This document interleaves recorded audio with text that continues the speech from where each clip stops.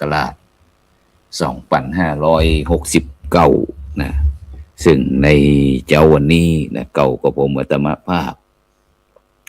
พระครูโสพลปริยัตินะเลขาคณะกรรมการโครงการหมู่บ้านรักษาศีล5 คนเหนือนะวัดพระสิงห์วรมหาวิหารก็ได้นำรายการธรรมะสัญจรธรรมะรับอรุณสัญจรนะมาออกอากาศที่วัดอินทปัญญารามนะบ้านกองฝายหมู่ที่12นะตำบลบ้านปิ่นอำเภอรองจังหวัดแพร่นะซึ่งในรอบนี้ก็มาปฏิบัติศาสนกิจ สหายกิจนะเกี่ยวกับเรื่องงานข่าวดำนะตั้งแต่วันที่อย่างมานี่ตั้งแต่วันที่10พุทธกาลเนาะตั้งแต่วันที่10เป็นต้นมานะก็พอดีก็อันผู้นำชุมชนนะหรือว่าผู้ใหญ่บ้านวัยวัจกรปออาจารย์โฆษก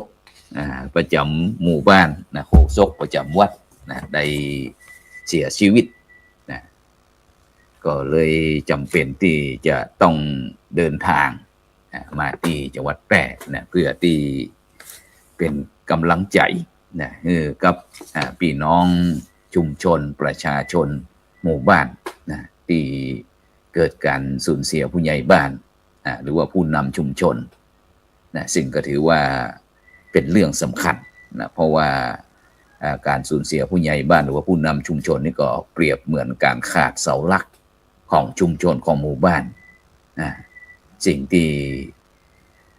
คนในชุมชน จะทำเพื่อนะสร้างกำลังใจนะแล้วก็สามารถที่จะขับเคลื่อนหมู่บ้านชุมชนสามารถเดินต่อไปได้นะฉะนั้นก็จำเป็นนะที่เสาหลักในชุมชนเขาบอกว่าจะเป็นหลักประวรบ้านวัดราชการโรงเรียนอย่างต่างๆเนี่ยที่ท่านทั้งหลายเคยได้ยินฟังว่าบวรบ้านวัดราชการโรงเรียนนะที่จะต้องมีการช่วยเหลือเกื้อกูลกันเพราะว่าสถาบันตั้งชุมชนเขาตั้งบ้านวัดราชการโรงเรียนเนี่ยพอขับเคลื่อนก็จะทำให้การพัฒนาชุมชนหมู่บ้านตำบลอำเภอจังหวัดในประเทศนะก็ค่อนข้างที่จะลำบากจะบอกไปได้รับการพัฒนาที่จ้าฉะนั้นเนี่ยบรรดาท่านผู้ฟังทั้งหลายนะในช่วงนี้ก็เป็นกำลังใจนะเป็นทุกอย่างนะในหมู่บ้านที่จะคอยประสานร่วมแรงร่วมใจนะในวาระสุดท้ายของงานผู้นำชุมชนเขาก็ผู้ใหญ่สุทินอินสมนะซึ่งก็เป็นกัลยาณมิตรกัลยาณธรรมเป็นเปื้อนนะของพระครูโสพลปริยัตินะฉะนั้นพระครูโสพลปริยัติก็มาทำหน้าที่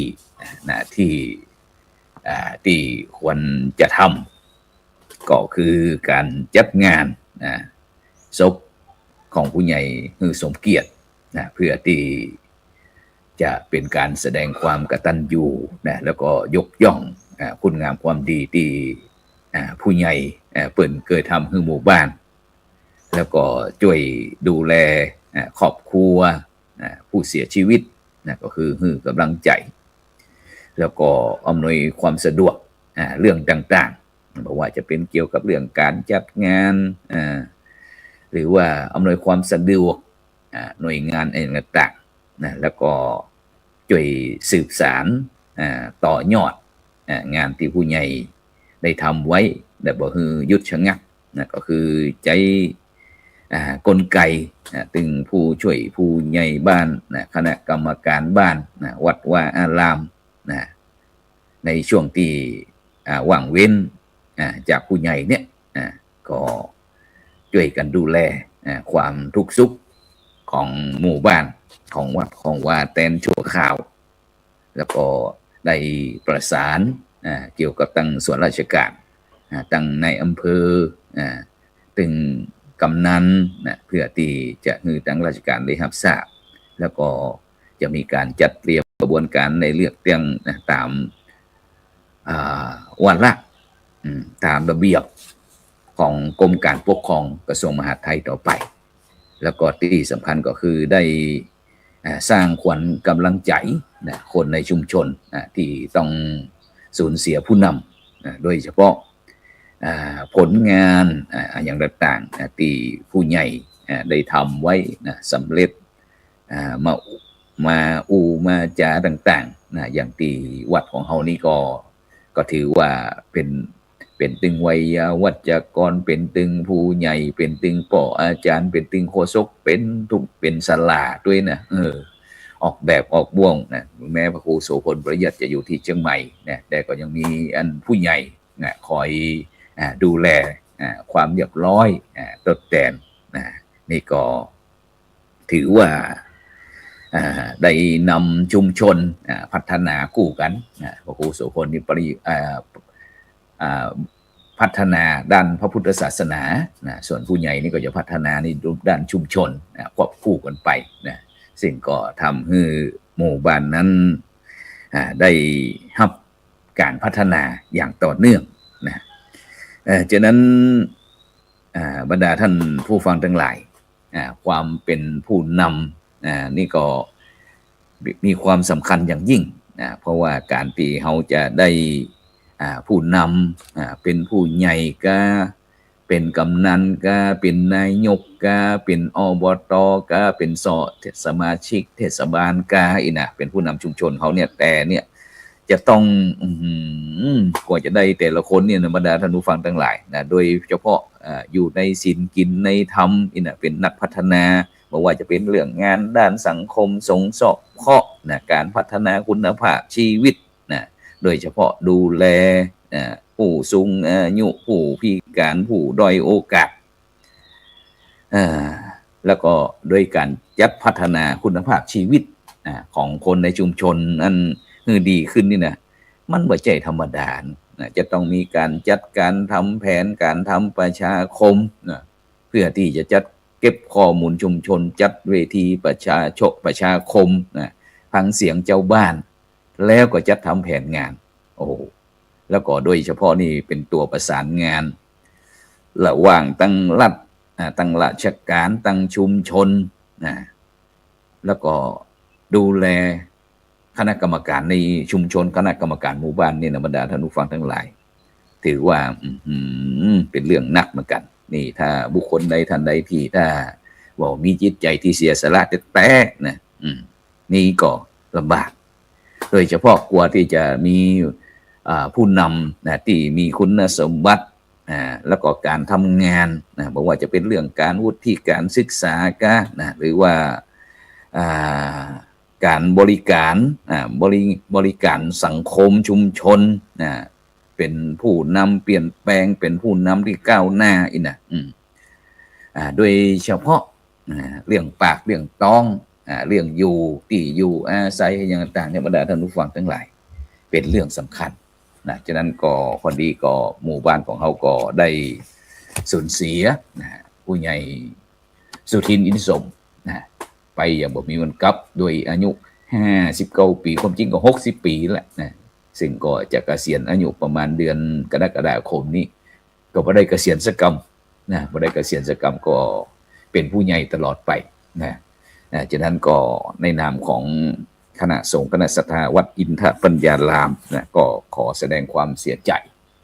กับครอบครัวผู้ใหญ่สุทินอินทร์สมพร้อมถึงญาติพี่น้องมิตรแก้วสหายคำที่ได้สูญเสียผู้ใหญ่ไปอย่างบ่มีวันกลับฉะนั้นจะได้ก็ตามบรรดาท่านผู้ฟังทั้งหลายได้ไปนั่งฟังเทศน์ฟังธรรมกับพระคุณเจ้าพระมหาเถระต่างๆเปิ่นก็บอกมาได้มาเทศน์ได้บรรยายธรรมบอกว่าโลกนี้ไม่มีอะไรแน่นอนซึ่งสรรพสัตว์และสรรพสิ่งทั้งหลายทุกสิ่งทุกอย่างเนี่ยบรรดาท่านผู้ฟังทั้งหลายมาจากความไม่มีก็คืออนัตตาแล้วก็กลับไปสู่ความไม่มีเช่นเดิมก็คืออนัตตานั่นเองฉะนั้นเนี่ยก่อนที่คนเฮาเกิดเฮาก็บ่มีอะหยังบ่มีเฮาบ่มีร่างเฮาเมื่อเกิดแล้วแต่ละคนแต่ละตัวแต่ละอย่าง ก็ตั้งอยู่กับตามอายุไขของแต่ละอย่างถ้าหากเป็นคนหากเป็นมนุษย์ส่วนใหญ่ก็บ่เกิด100 ปีบางคนก็ตายก่อนวัยอันควรบ่ถึง10 ปีก็ตายบ่ถึง20 ปีบ่ถึง30 ปี40 ปีก็ตายเนี่ยแต่ผู้ใหญ่นี่ดีน้อย60นะฉะนั้นเนี่ยสิ่งของที่เฮาฮักที่เฮาห่วงก็บ่แน่นอนเช่นเดียวกันนะเดี๋ยวมันก็ผุมันก็พังมันก็หายตามเหตุตามปัจจัยนะฉะนั้นเนี่ยบรรดาท่านผู้ฟังทั้งหลายเมื่อทุกอย่างในโลกนี้บ่มีอะไรอย่างแน่นอนเฮาท่านทั้งหลายก็ควรอยู่ด้วยความไม่ประมาทมันดูแลตัวเองให้ดีมันทำบุญทำกุศลให้นักฝึกทำจิตทำใจนะปลงปล่อยวางแล้วก็ยอมรับความเป็นจริงแล้วชีวิตของเฮาก็จะอยู่ได้อย่างบ่ทุกข์นักหนาสาหัสเปิ้นถึงบอกว่าชีวิตเหมือนดังละครเมื่อทุกคนเกิดมาบนโลกใบนี้แล้วได้เป็นนักแสดงละครกันทั้งนั้นนะทุกผู้ทุกคนเป็นนักแสดงซึ่งละครเรื่องนี้ก็คือละครแห่งชีวิตจริงของเรานั่นเองทุกผู้ทุกคนถูกสวมบทบาทให้เป็นอย่างนั้นให้เป็นอย่างนี้บางคนก็เล่นบทเป็นพ่อบางคนก็เป็นแม่บางคนก็เป็นลูกเป็นพี่เป็นน้องเป็นสามีเป็นภรรยาบางคนก็เล่นบทเป็นคนดีบางคนก็เป็นบทคนร้ายนะบางคนก็เป็นตัวอิจฉาพ่องบางคนก็เป็นโจรผู้ร้ายพ่องบางคนก็เป็นพระบางคนก็เป็นเณรนะมีอย่างแหมหนักหนาปากปานนะทุกคนได้แสดงบทบาทนั้นๆของตนเองในฐานะนักแสดงนำได้แสดงจนถึงสิ้นลมหายใจละครชีวิตนี้เป็นละครสั้นนะเมื่อนักแสดงสิ้นลมหายใจก็เป็นเรื่องอวสานจบบทบาทต่างๆไปตลอดไปเพิ่นบอกว่าโลกนี้เหมือนดังละครพวงนิกรเฮาท่านเกิดมาต่างไล่ลำทำทีท่าตามลีลาบทละครบางครั้งก็เศร้าบางคราวก็สุขบางครั้งก็ทุกข์หัวอกสะท้อนมีฮักมีล้างมีจากมีจรพอจบละครชีวิตก็ลาจากโลกนี้ไปฉะนั้นเนี่ยบรรดาท่านผู้ฟังทั้งหลายในปัจจุบันนี้เฮาท่านทั้งหลายเป็นนักสื่อสารเพราะมีสื่อสารในมือสมัยก่อนเฮาถ้าเป็นนักสื่อสารเฮาจะต้องติดตามตั้งทีวีตั้งหนังสือพิมพ์ตั้งหนังตั้งภาพยนตร์ต่างๆนะก็เล่นกันไปนะเล่นกันไปตามบทบาทในละครอย่างทีวีนี่นะเขาจ้างให้เป็นไผจ้างให้เป็นอะไรอย่างก็เล่นตามนั้นแต่ละครในชีวิตจริงเนี่ยบรรดาท่านผู้ฟังทั้งหลายในฐานะที่เฮาเป็นพุทธศาสนิกชนก็ควรจะเลือกเล่นบทบาทที่ดีเล่นให้เต็มที่เล่นให้ประทับใจผู้ชมนะอย่าทำให้ผู้ชมผิดหวังนะซึ่งละครชีวิตเนี้ยสะท้อนให้เห็นว่าชีวิตไม่แน่นอนแต่ที่แน่นอนก็คือตายทุกคนนะตายทุกคนเกิดมาเท่าใดตายหมดบ่เว้นเจ้าฟ้ามหากษัตริย์พระสงฆ์องค์เนนอยากดีมีจนเศรษฐีมหาเศรษฐียาจกเป็นไพ่เป็นชนชั้นต่างๆไปหมดตายหมดฉะนั้นเนี่ยเราควรจะทำหน้าที่ของตนเองให้ดีเกิดมานะมีคนฮักนักมีสมบัติหลายสุดท้ายก็ทิ้งกันไปหมดเลยไปแต่ตัวนะเพิ่นบอกว่าเมื่อเจ้ามามีอะไรมาด้วยเจ้า เจ้าจะเอาแต่สุขสนุกชะไหนเมื่อเจ้ามามือเปล่าเจ้าจะเอาอะไร เจ้าก็ไปมือเปล่าเหมือนเจ้ามาเพราะทุกสิ่งทุกอย่างล้วนเป็นอนิจจังทุกขังอนัตตานะท้อแท้นะแต่ไม่ท้อถอยนะต้องตั้งสติฮือดีใจปัญญาฮือนักแล้วทุกอย่างจะดีเองเพราะฉะนั้นเนี่ยบรรดาท่านผู้ฟังทั้งหลายนะที่เกิดการสูญเสียนะบอกว่าจะเป็นในครอบครัวในชุมชนในหมู่บ้านในประเทศชาตินะในโลกนะก็ล้วนแต่มีด้วยกันทุกแง่ทุกมุมของโลกนะบ่เว้นนะบ่พลาดฉะนั้นเนี่ยองค์พระสัมมาสัมพุทธเจ้าตรัสว่าอนิจจาวัฏสังขาราอุปปาทวยธรรมมิโนอุปชิตวานิรุชชันติเตสังอุปสโมสุโขแปลว่าสังขารไม่เที่ยงหนอเกิดขึ้นแล้วก็เสื่อมไปเป็นธรรมดาเกิดขึ้นแล้วก็ดับไปตามธรรมดาดับไปมีแต่ความทุกข์เพราะฉะนั้นเนี่ยบรรดาท่านผู้ฟังทั้งหลายการดับสังขารหรือว่าการระงับยับยั้งสังขารทำให้เกิดความสุขนะสังขารบ่เกิดขึ้นนะหรือบ่มีสังขารนะก็ต้องปฏิบัติธรรมจนบรรลุเป็นพระอรหันต์แต่หมู่เฮาท่านทั้งหลายก็คงทำบ่ถึงขั้นนั้นนะที่ในปัจจุบันนี้หลายท่านหลายคนก็มีโอกาสไปเข้าวัดปฏิบัติธรรมไปฝึกไปตามสำนักตามวัดวาอารามตามครูบาอาจารย์ต่างๆเพื่อฝึกใจให้ปล่อยวางปลงแล้วก็ทำใจได้นะทำใจกับสังขารที่มีให้ได้ก็พอที่จะสุขได้เหมือนกันฉะนั้นเนี่ยบรรดาท่านผู้ฟังทั้งหลายแม้ยังบ่เกิดกับตัวเฮาแม้บ่เกิดขึ้นกับบ้านเฮาบ่เกิดขึ้นกับญาติเฮาเพื่อนพ้องน้องพี่ของเฮาแต่เฮาก็ไปงานศพของคนฮู้จักกันนับบ่ถ้วนตึงญาติตัวเองพ้องคนฮู้จักพ้องคนดังพ้องคนบ่ดังพ้องศพตุเจ้าพ้องโตศพพระพ้องหรือว่าศพอนาถาพ้องนะซึ่งก็แสดงว่าวันหนึ่ง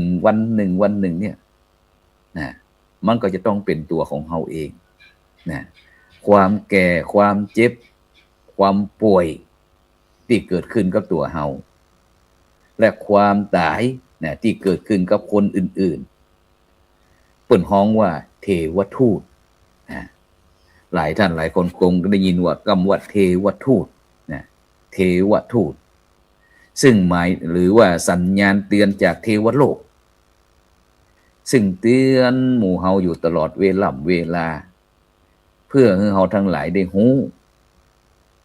แล้วก็หาทางออกด้วยการไม่ประมาทในชีวิตนะ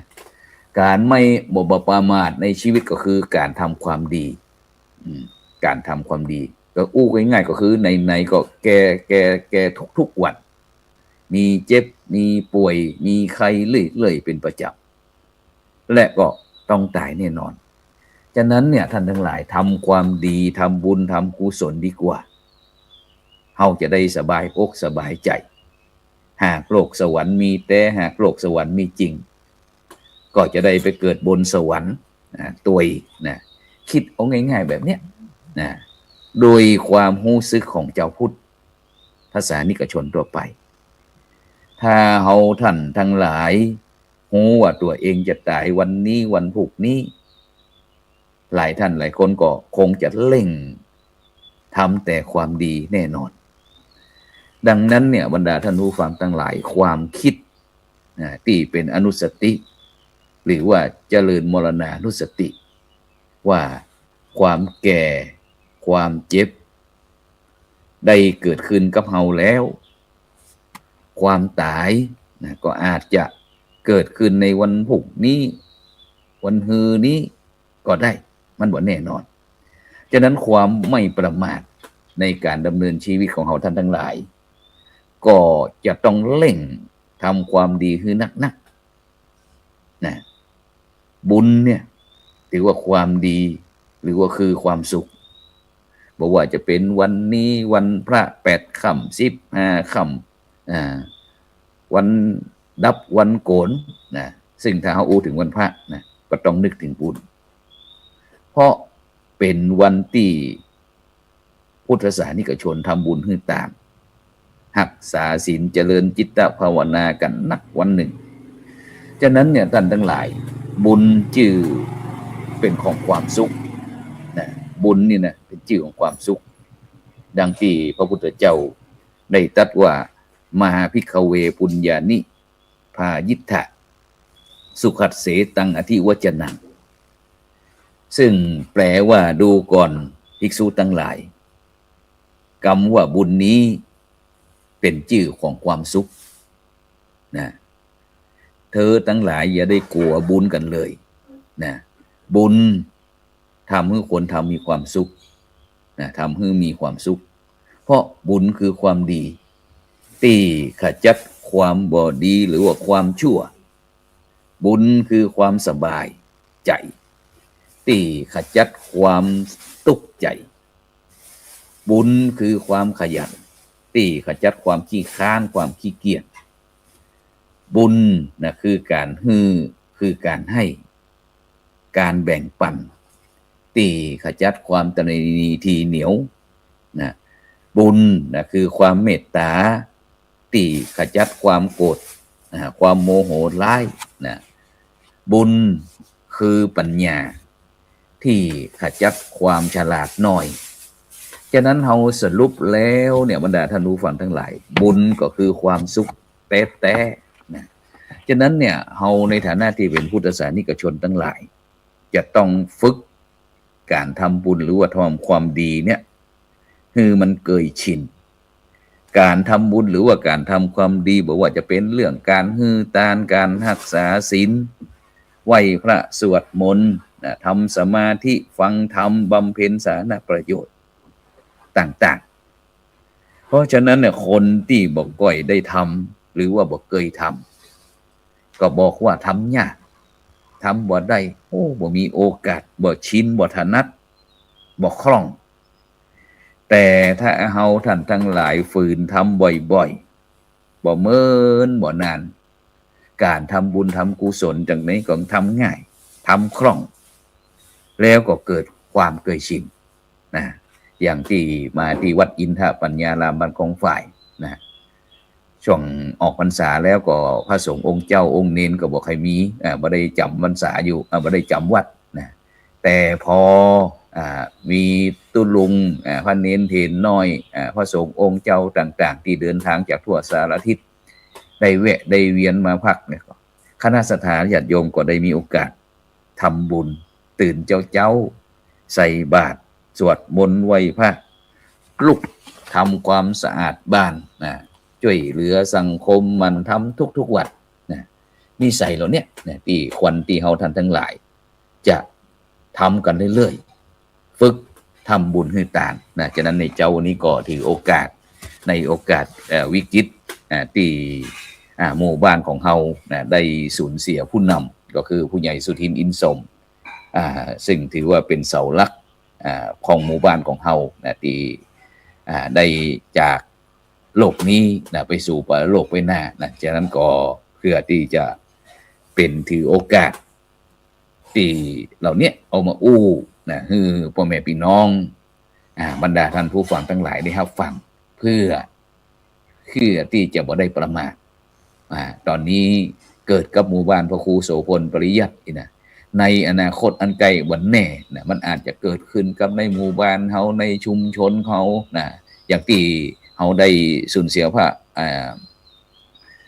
ระราชินีพระพันปีหลวงเฮาไปเนี่ยในปัจจุบันเนี่ยซึ่งพระสงฆ์นิกรชาวไทยของเฮาก็ยังอยู่ในอากาศอยู่ในช่วง ไว้อาลัยถวายอาลัยพระองค์ท่านนะฉะนั้นก็